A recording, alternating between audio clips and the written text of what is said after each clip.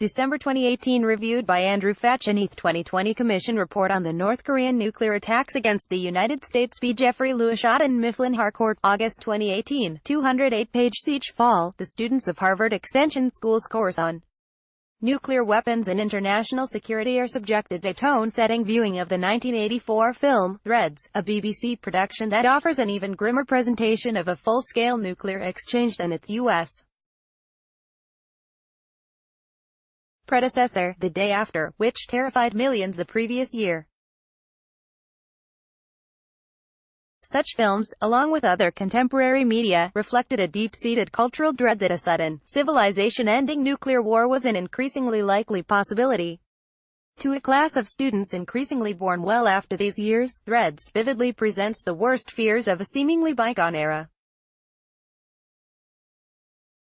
Unfortunately, as the class learns, the potential for such a catastrophe is anything but bygone. Society has just shifted its focus.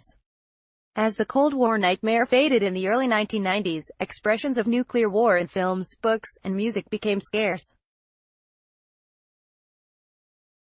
Meanwhile, decades-old thinking on nuclear conflict and deterrence has continued with little adaptation to the new era. As the general sense of relief expressed in the 90s gave way to a post-9/11 focus on international terrorism, popular culture largely ignored the lingering possibility of catastrophic nuclear war, producing a generational blind spot on the subject. This has become especially evident recently as a new generation of Americans encounters and begins to mentally process a resurgence of nuclear fears in the wake of North Korea's 2017 testing blitz. Hawaii's false alarm emergency alert this past January, in particular, caused a spike in anxiety and revealed a lack of public knowledge about what to do were a nuclear attack indeed underway. Since then, President Donald Trump's so far unsuccessful efforts to force unilateral denuclearization by North Korea have kept the issue alive. It is timely, then, that Jeffrey Lewis, director of the East Asian Non-Proliferation Program at the James Martin Center for Non-Proliferation Studies, has thoroughly imagined the contemporary possibilities of nuclear war with his speculative novel, The 2020 Commission Report on the North Korean Nuclear Attacks Against the United States. Framed as a future U.S. governmental attempt to understand and summarize the devastation wrought in the calamitous resumption of the Korean War, Lewis populates the novel with today's political leaders in an environment shaped by recent events. In this, the 2020 Commission Report is a realistic and compelling drama written to bring this grim subject back into the popular conversation. The confrontation in the book begins, as many international crises do, with a mistake. In March 2020, North Korean Air Defense Forces, frayed by a months-long U.S. air campaign meant to test North Korea's borders, mistakenly shoot down a South Korean civilian airliner that had strayed into its airspace. Pressured by internal politics and dismayed by Washington's abandonment of diplomacy in 2019, South Korean President Moon Jae-in decides to respond swiftly. Without conferring with Washington, he orders a conventional missile strike on North Korean anti-aircraft sites, as well as on one of Kim Jong-un's palaces. Kim, on tour at a manufacturing plant, finds himself suddenly isolated and inexplicably incommunicado, and fears that U.S.-led forces are preparing for a full-scale invasion. Kim's fears seem to be confirmed when a new tweet from Trump makes it through to his cadre in their makeshift bunker. "Little rocket man won't be bothering us much longer." Believing it to be the only action that may prevent his violent ouster, Kim gives the order to launch a preemptive nuclear strike on military bases and command centers in South Korea and Japan with short-range missiles. Millions are killed in the first wave of North Korean attacks, but it was not until U.S. forces begin a conventional air campaign to seek out and destroy Kim's missiles that the follow-on order is given for Kim's remaining long-range nuclear forces to launch their missiles at cities in the United States. U.S.-led forces quickly win the war in North Korea, but the consequences of the nuclear attacks are dire and global. Kim's missile attacks instantly kill 1.4 million Americans, and millions more die of radiation poisoning and injuries in the following weeks. Recovery efforts are hampered by the uniquely terrible effects of nuclear weapons, as well as secondary emergencies such as disease and logistical breakdowns. The ramifications are felt far from the conflict zones. As cities burn in Japan, South Korea, and the United States, vast amounts of black smoke alter the climate, causing famines in Africa and South Asia.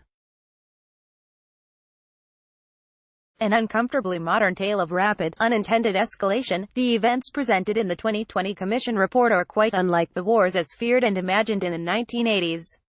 Rather than a precipitous crisis between well-informed, equally matched superpowers, the spiraling dynamic that Lewis presents is much more personal. Events are guided closely by the various leaders' divergent personal beliefs, habits, and pointedly limited access to information.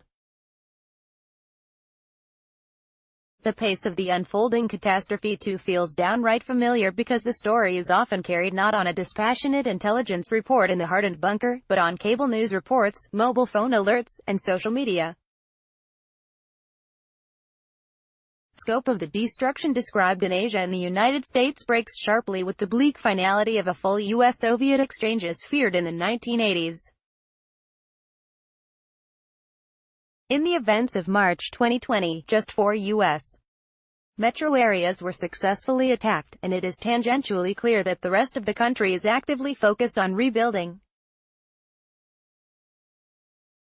In such scenery, however, lies the book's most divisive and perhaps deliberate flaw.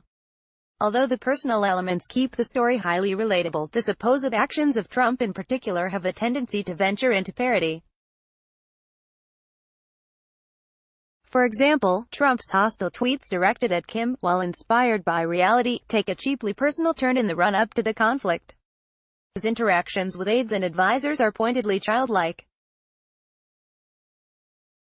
It is sometimes difficult to see past these characterizations as more than a partisan critique of the president, even if much of it is based on his previous actions.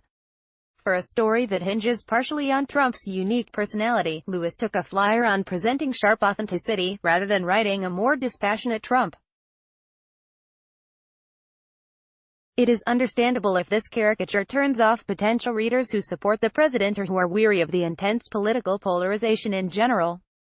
Still, even if such characterization would be rightly seen as absurd speculation before Trump, it is undeniable that much has changed in what Americans expect from the White House since 2017. Perhaps in this, a volatile and reactive president is becoming just another element to consider when imagining modern nuclear conflict.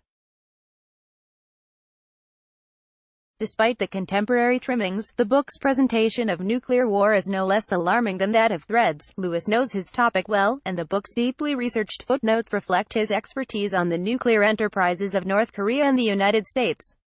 He presents the grim details of the nuclear attacks in a way that moves swiftly past the cold metrics of missile specifications, blast strengths, and death tolls and instead humanizes the horrible losses via a set of personal perspectives by survivors. Synthesizing from accounts of the Hibakusha, the Japanese survivors of the U.S. nuclear attacks in 1945, and of 9/11 survivors, Lewis provides a deeply moving element to what may have otherwise been an overly technical war story.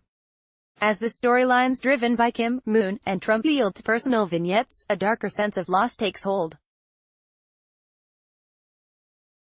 In the context of lost family members, doomed victims, and desperate survivors, the many steps of disturbingly sound logic required to touch off the war are cast into an achingly regretful light. In the end, the most truly frightening element of the 2020 Commission report is that it all fits together in a way that feels exceedingly and increasingly possible. As the real-world crisis with North Korea continues to evolve in slow motion, a deeper public understanding of the threats posed by nuclear weapons is urgently needed. In its blending of techniques and humanity, Lewis' nightmare vision is well positioned to spark a long-overdue conversation.